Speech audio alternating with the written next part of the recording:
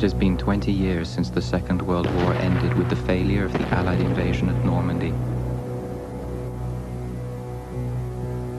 A triumphant Hitler declared victory over Europe and the British Empire. The United States withdrew from the conflict, listening to those like Charles Lindbergh, who had argued against a war with Germany. In the East, only the Russians fought on in a bitter guerrilla war. American efforts turned to retribution for Pearl Harbor. That came in the summer of 1945 with victory over Japan. By then, American General Eisenhower had returned from Europe to the United States and a humiliating retirement. In 1947, King Edward and Queen Wallis assumed the British throne. Winston Churchill, who had barely escaped with his life after Normandy, died in exile in Canada in May 1953.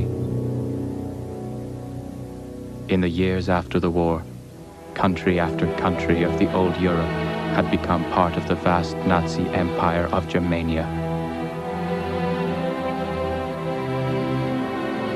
The Führer's architect, Albert Speer, built a monument to the Thousand-Year Reich. Germania's capital, Berlin, became a Nazi showplace.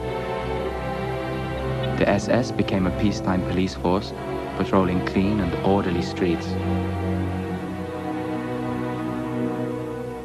As the 50s came to a close, Hitler was able to put a more civilized face on the Greater Reich. But news continued to be tightly controlled. The 60s began with the war with the Soviet Union still dragging on. Hitler desperately needed to conclude a formal peace with the United States and forge an alliance against the Russians, still led by the 85-year-old Joseph Stalin.